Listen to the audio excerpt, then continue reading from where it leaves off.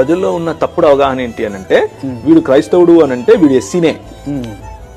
జాగ్రత్తగా వినండి, ఇదే మీరు ఎంత కాదనుకున్నా ఆయన వేరే సామాజిక వర్గం నుంచి వచ్చిన క్రైస్తవుడైనా నవీన్ వడ్డే గారు, నేను వేరే సామాజిక వర్గం నుంచి వచ్చి క్రైస్తవుడైనా, మీరు వేరే సామాజిక వర్గం నుంచి క్రైస్తవుడైనా, ఇంకెవరో వేరే సమాజం నుంచి క్రైస్తవుడైనా, క్రైస్తవుడు అనంటే తెలుగు రాష్ట్రాల్లో నువ్వు ఎస్సీవే. ఇదే సత్యము, మీరు నమ్మినా నమ్మకపోయినా ఇదే సత్యము.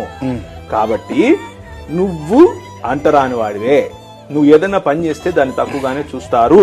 కనుకనే మనం ఏం చెప్తున్నాము అనంటే, మీరు చేసే పనిలో ఎంత నిపుణత ఉండాలి అనంటే సచ్చినట్టు వాడు నీవు తప్ప వేరే వాడి దగ్గరికి వెళ్ళకూడదు. అంత కాంపిటెన్సీ పెంచుకోవాలి. మొదటి విషయం, మీలో ఉన్న కాంపిటెన్సీ పెంచుకోండి.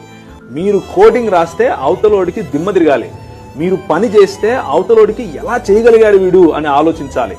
మీరు ఎక్స్ట్రా ఎడ్జ్, ప్రభు నేర్పేది అదే, ఎక్స్ట్రా ఎడ్జ్ చేయగలగాలి. ఎక్స్ట్రా ఎడ్జ్ లో గనక